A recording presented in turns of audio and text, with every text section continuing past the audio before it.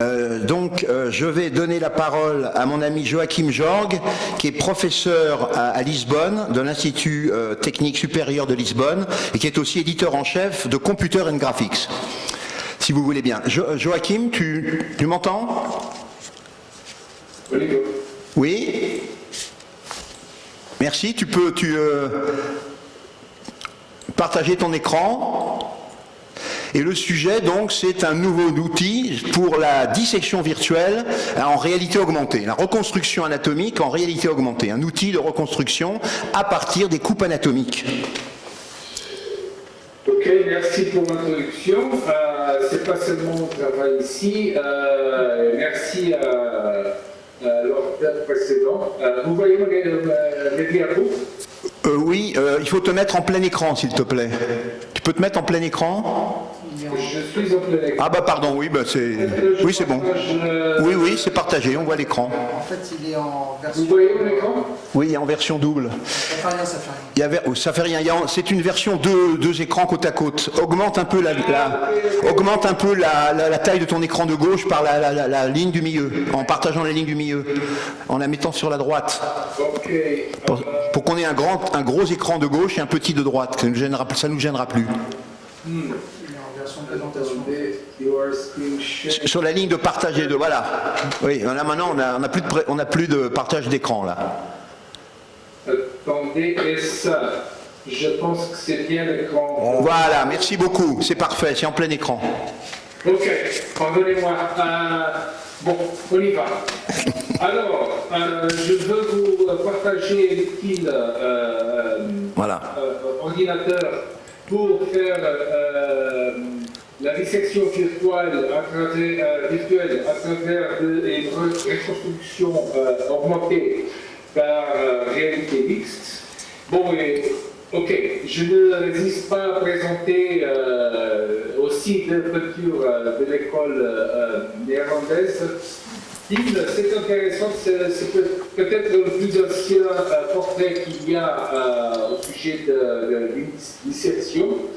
Et je veux seulement remarquer ici qu'on voit l'anatomie comme un travail coopératif. On a l'enseignant, on a ses élèves, mais on a un partage de rôle parmi les participants de cette séance d'anatomie. Et il y a bien sûr le fameux concours de Rembrandt, et je veux seulement relever que le corps sur la table, c'est le corps d'un criminel qui a été condamné à la mort. Et à l'époque, au XVIIe siècle, seulement les criminels pouvaient être utilisés pour les dissections à cette époque. C'est déjà pas mal. C'est un détail peu connu. Mais je pense que ça relève au sujet de notre séance ici. On se réfère toujours au corps, au cadavre, comme le gold étendard gold, mais il n'y a pas assez de cadavres pour alimenter toutes les écoles d'anatomie au monde. On fait même la dissection avec les momies. Et bien sûr, le matériel pour l'éducation anatomique de nos jours, c'est la dissection de cadavres, mais une fois disséqués, les résultats deviennent irréversibles car les structures environnantes sont endommagées pour souligner la structure cible. Et donc, il y a une pénurie mondiale de cadavres dans les écoles de médecine pour former les étudiants et les chirurgiens. Et donc, on revient sur le numérique.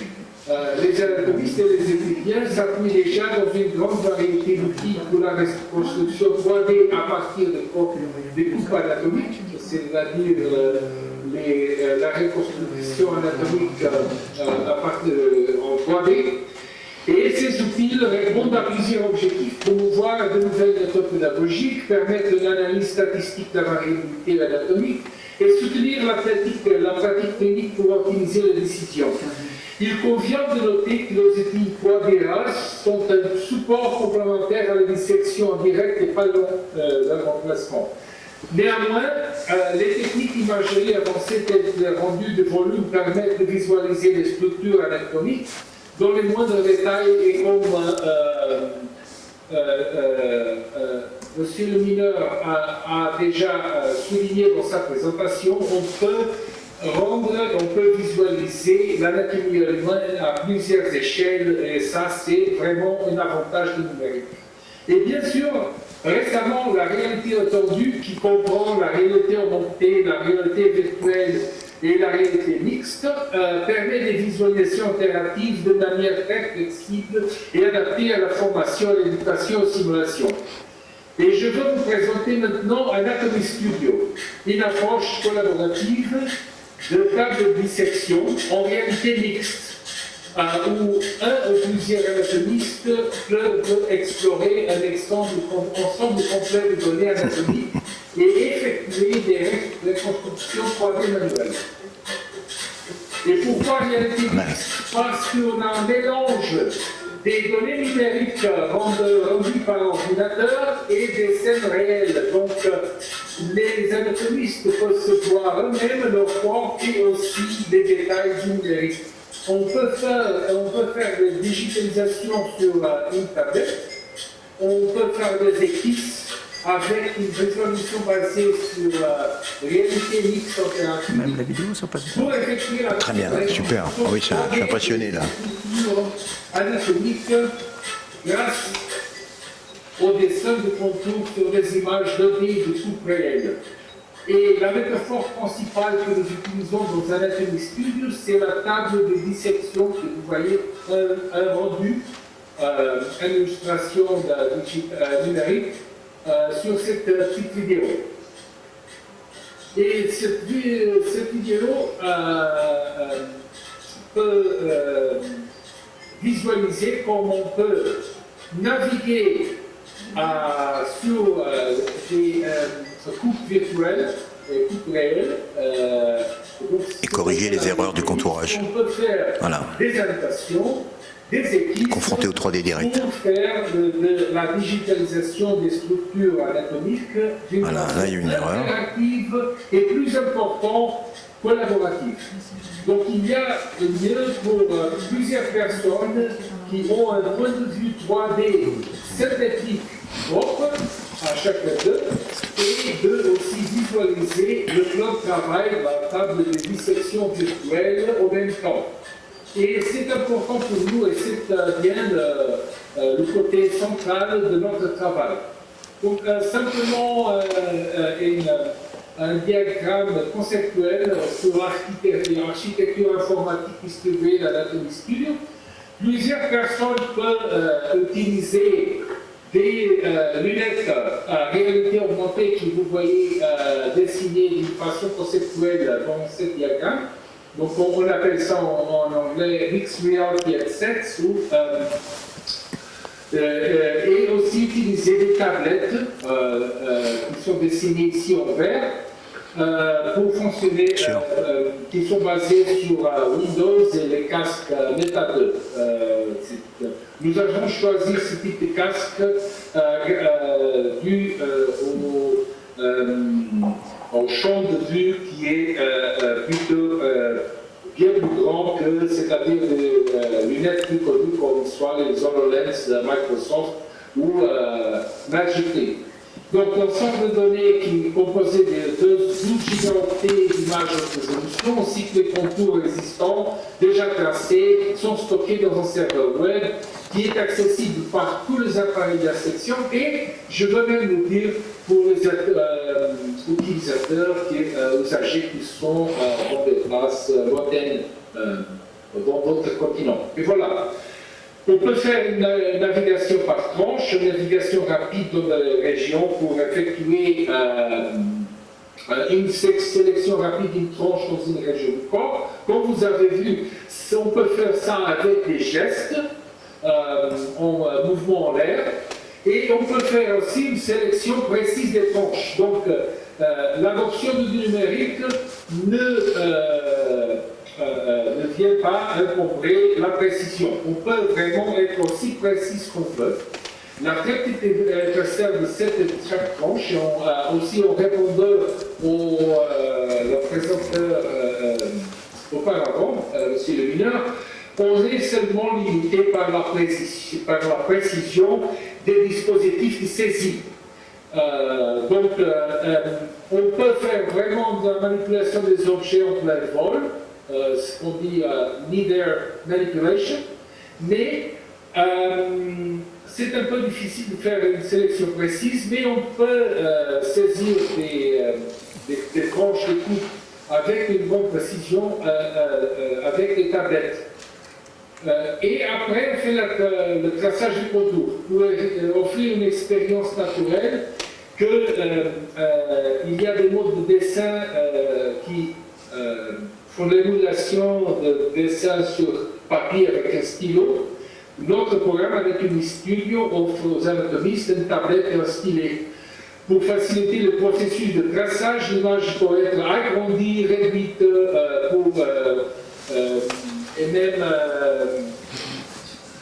manipulée de plusieurs façons pour fournir des vues à la fois globales, à la fois détaillées, soit aussi que traduites et pivotées en utilisant une rotation de points et une translation avec échelle.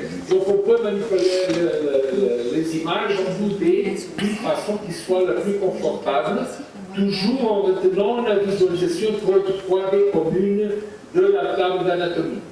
Et donc il y a un processus itératif simple pour convertir les contours 2D en mailles de polygones 3D avec un processus bien simple qui c'est rendre le modèle 3D, saisir les contours modifiés par l'utilisateur, ajuster les contours, trouver les points extrêmes et faire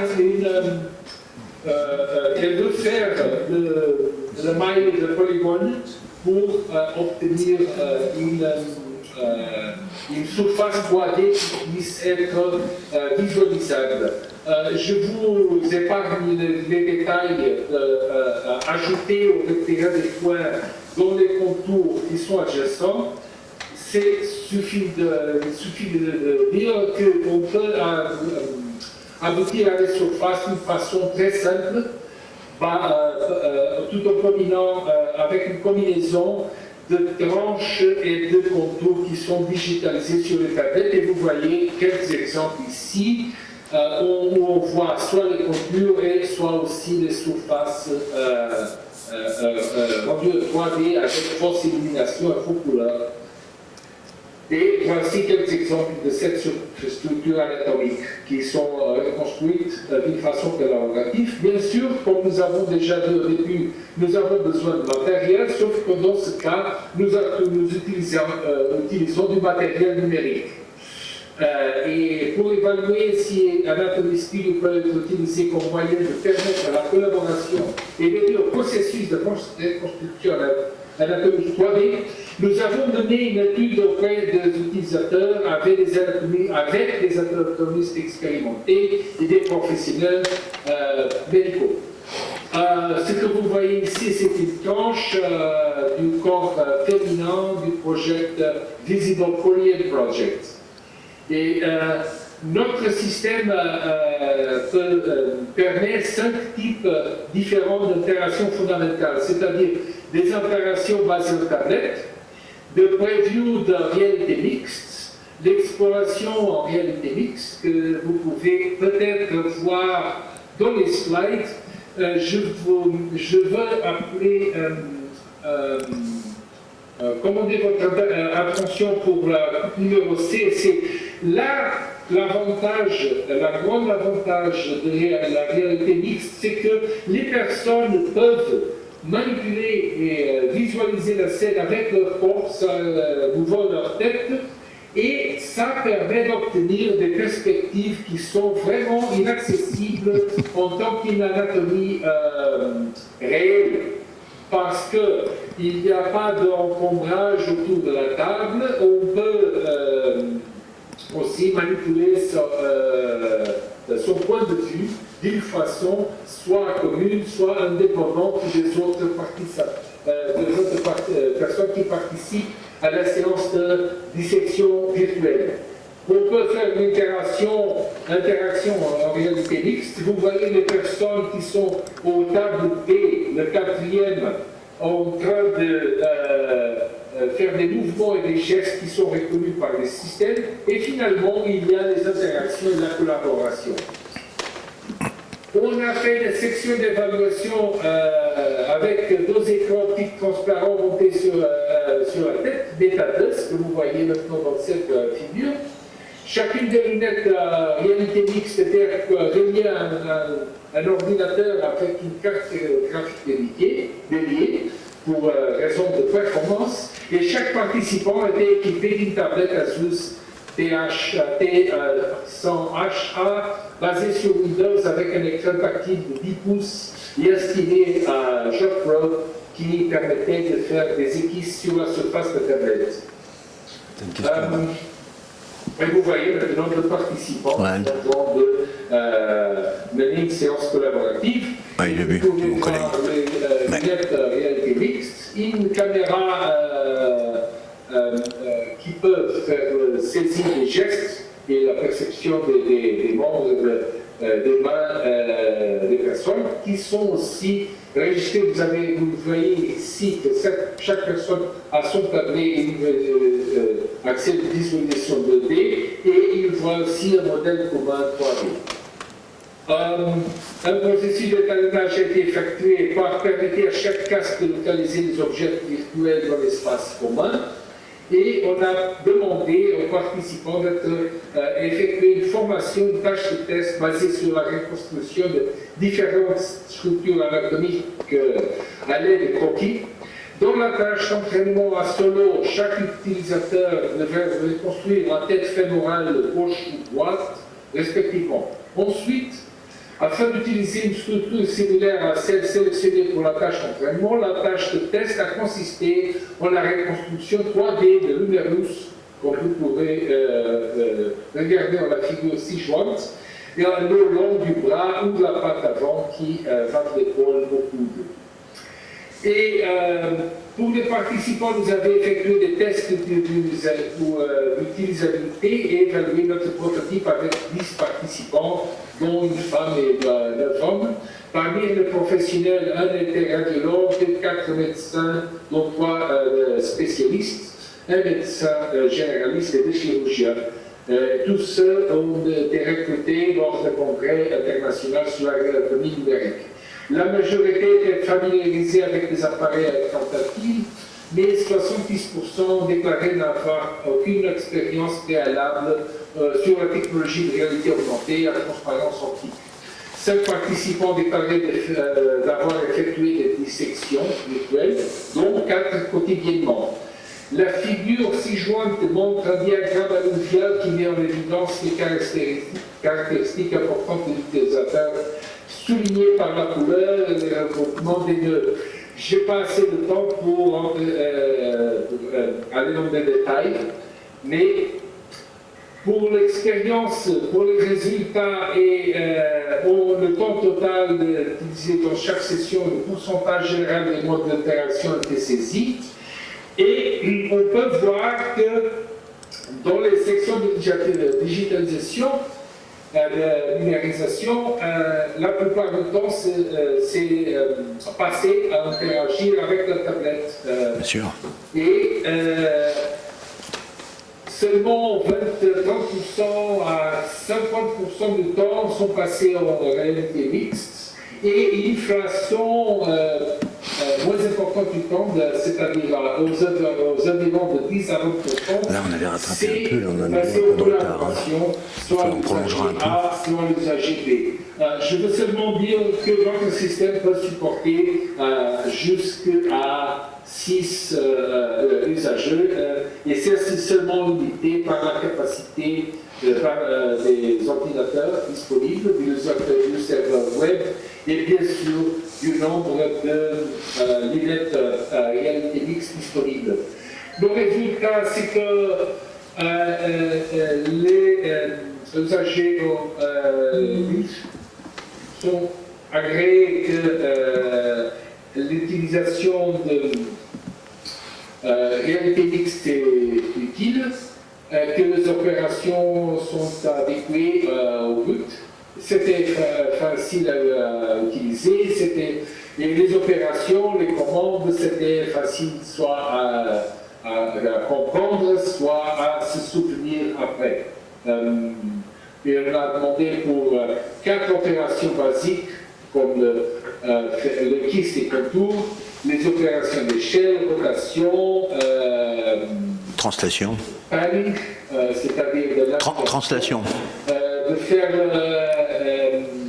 le slide, d'utiliser la réalité mixte pour naviguer C'est la tablette. les coupes dans le modèle digital et de visualiser les slides sur tablette.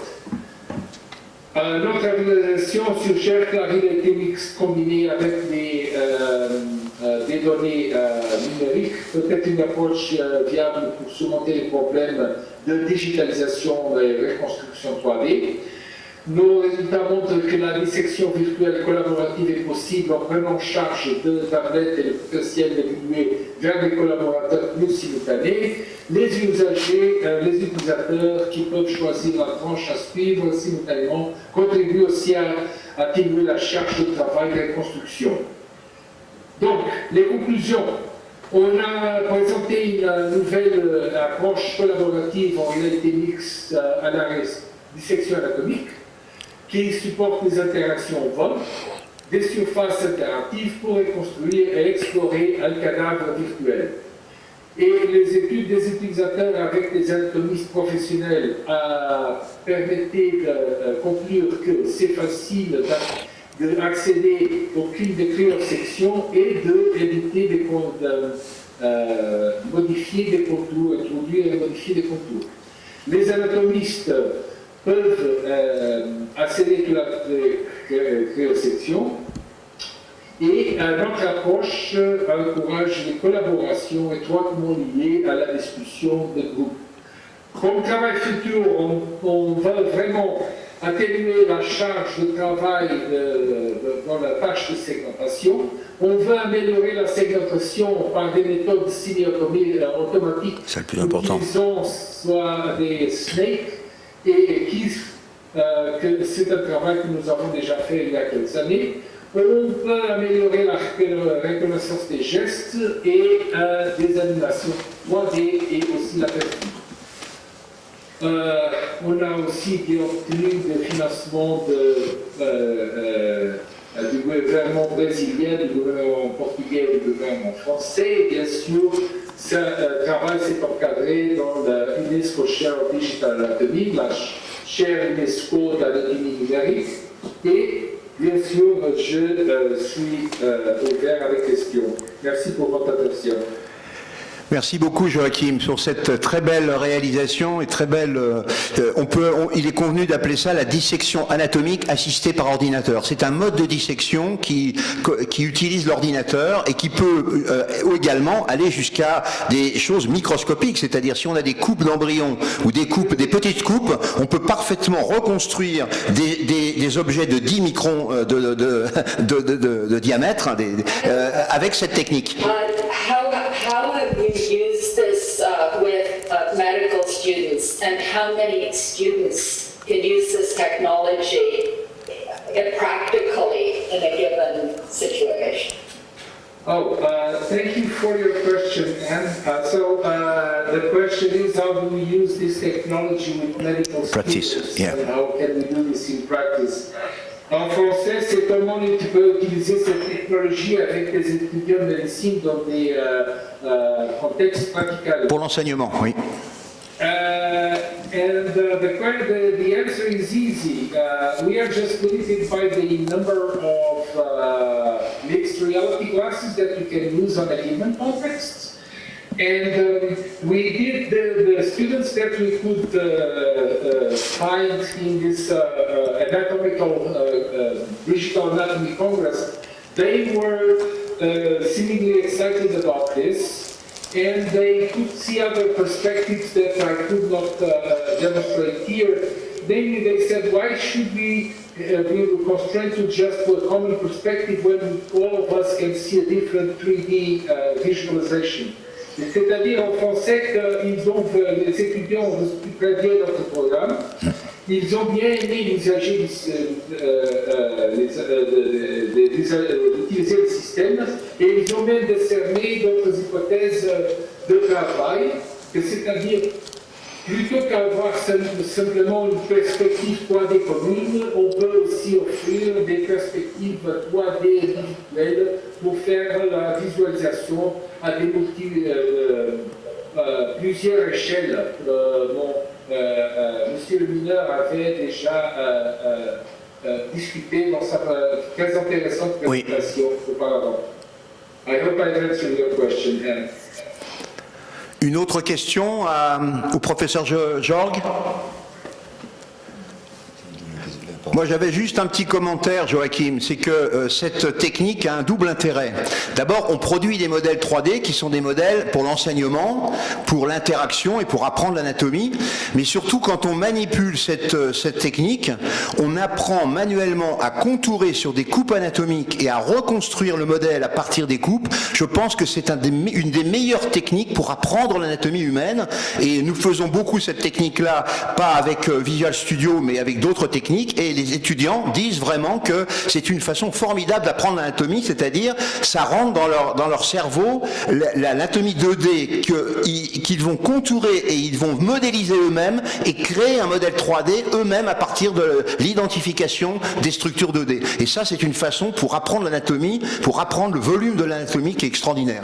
Jean-Marie Le Mineur, qu'en penses-tu? Ah, oui, tu n'as pas le son, tu peux brancher ton micro? Bon, branche-le. Vous m'entendez? Oui, oui. Oui, alors effectivement, je n'avais pas pensé du tout à cet aspect-là, mais la kinesthésie est fondamentale. C'est aussi pour ça qu'on pousse beaucoup les étudiants à dessiner, parce que d'avoir une photo d'un tableau ou un polycopier, c'est pas du tout la même chose. Donc un premier stade de kinesthésie, voilà, c'est le dessin, mais il est évident que là, de reprendre des choses qui sont servies dans l'espace, dans le cadre d'une reconstruction 3D, c'est effectivement extrêmement favorable pour l'apprentissage et la